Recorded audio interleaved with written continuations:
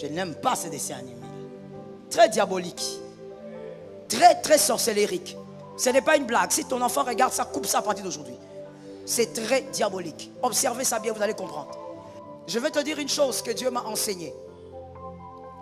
Dieu peut frapper un père parce qu'il ne fait pas ce qu'il faut pour que son fils se mette sur sa destinée. Pour vous qui avez des enfants, laissez-moi vous donner un conseil gratuit rapidement et je vais finir.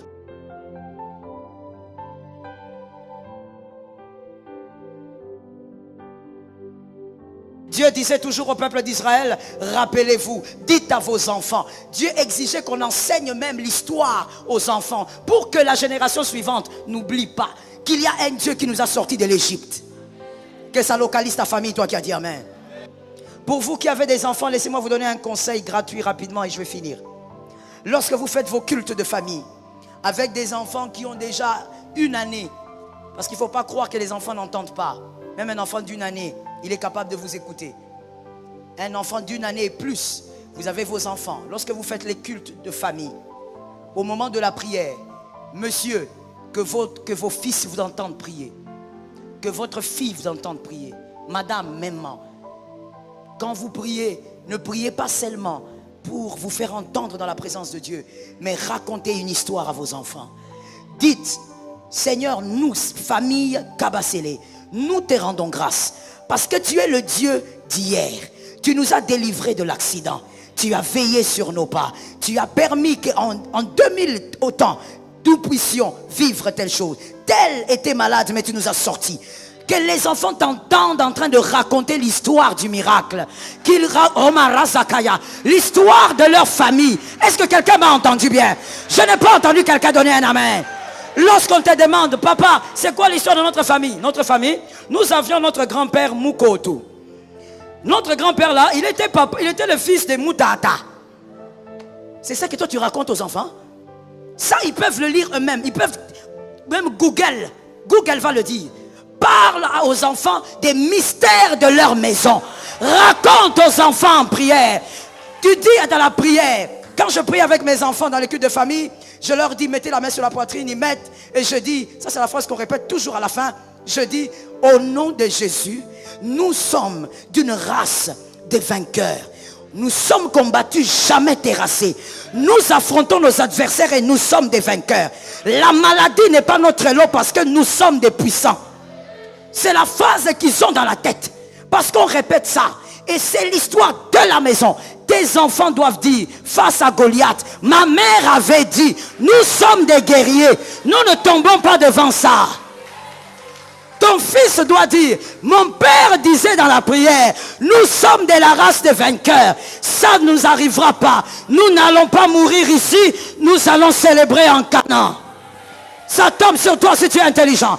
Tu ne vas pas mourir là, mais tu vas célébrer en Canaan. Tu dois avoir des enfants qui ont plus la foi que toi, qui ont une plus grande foi que toi. Mais qui va communiquer la foi? C'est toi. Ne sois pas seulement là en train de dire aux enfants, ne me dérangez pas là, j'ai beaucoup de problèmes. Et puis vous avez échoué en plus.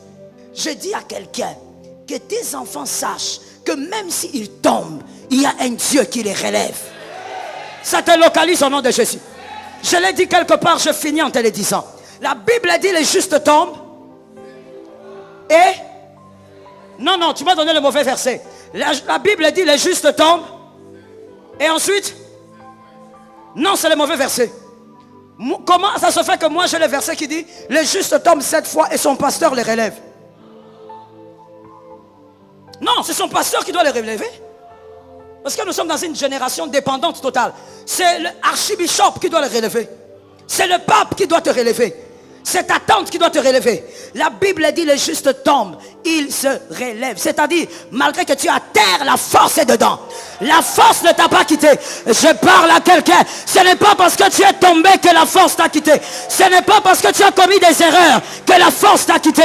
Le Seigneur est en toi, l'espérance de la gloire. Je vais te dire une chose que Dieu m'a enseignée. Dieu peut frapper un père parce qu'il ne fait pas ce qu'il faut pour que son fils se mette sur sa destinée. Dieu peut frapper une mère ignorante Dieu te donne un enfant, par exemple, qui va impacter notre nation à une certaine époque. Et Dieu est le seul à le savoir, et peut-être aussi certains prophètes. Dieu te donne cet enfant. Cet enfant a 6 ans, cet enfant a 8 ans. Mais toi, au lieu d'amener cet enfant à l'église pour que justement il soit bien encadré et qu'il accomplisse sa mission pour le Congo, toi, ce que tu fais le dimanche, tu donnes à ton enfant les chips, tu donnes à ton enfant des jus, tu remplis ton enfant, tu lui donnes tout genre d'amuse-bouche et tu le laisses là devant la télé. Devant, c'est quoi là, la fille là qui est rouge, noire là? Ladybug. Je n'aime pas ces dessins animés. Très diabolique, très sorcellérique. Ce n'est pas une blague. Si ton enfant regarde ça, coupe ça à partir d'aujourd'hui. C'est très diabolique. Observez ça bien, vous allez comprendre. Tu mets là Ladybug, tu dis à ta fille, coucou, je vais à l'église. Et tu la laisses devant la télé. Or, la fille qui est dans cette maison-là, c'est la raison pour laquelle même le Saint-Esprit tourne autour de ta maison. On t'a envoyé une fille qui va avoir de l'impact dans cette nation, qui aura des grandes responsabilités. Toi, tu prends cette fille, tu la traites comme un bébé normal. Dieu peut te frapper pour protéger cet enfant. Oui. Dieu peut te frapper. Il prend l'enfant, il donne à quelqu'un d'autre pour l'élever. Pourquoi? Parce que tu ne comprends pas que Dieu ne donne pas que des enfants. Dieu donne des esprits. Un esprit n'a pas d'âge.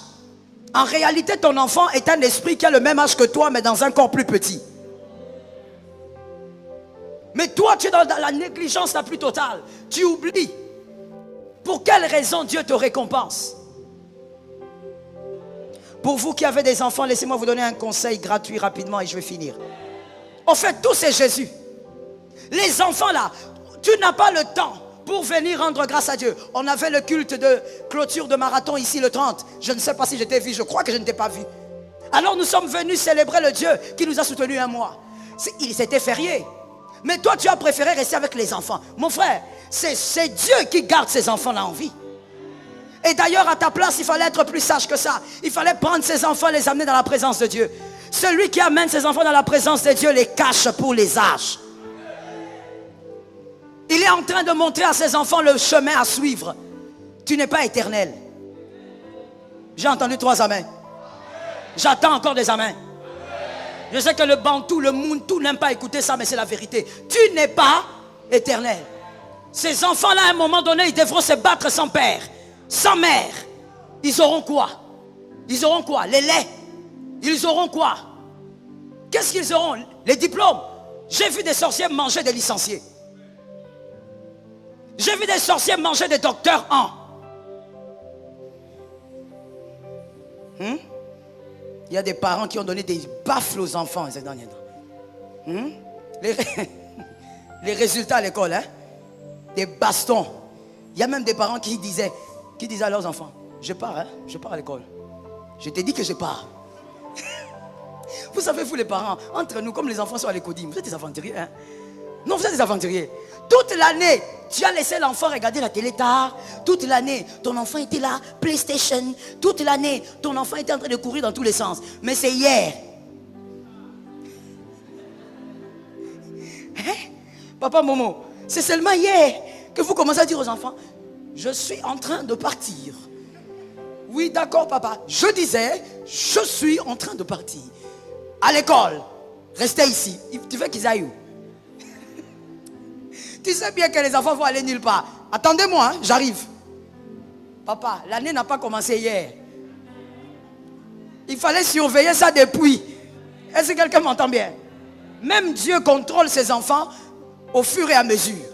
Comme maman vient de nous le dire, la communication de la foi à nos enfants est bien plus qu'un simple enseignement religieux, c'est un héritage précieux que nous leur transmettons. Et ces paroles, que je te commande aujourd'hui, seront dans ton cœur. Tu les inculqueras à tes enfants, et tu en parleras quand tu seras dans ta maison, quand tu iras en voyage, quand tu te coucheras et quand tu te lèveras. Deutéronome 6h6-7. À travers nos paroles et notre exemple quotidien, nous pouvons nourrir leurs esprits et leur cœur avec la vérité de la parole de Dieu. En montrant la puissance de Dieu dans nos vies et en partageant des histoires bibliques inspirantes, nous permettons à nos enfants de saisir la réalité de la présence divine. Mets en l'Éternel ta confiance, et il agira, Psaume 37:5. En illustrant les actes puissants de Dieu dans l'histoire et dans notre propre expérience, nous renforçons leur foi et leur confiance en sa providence.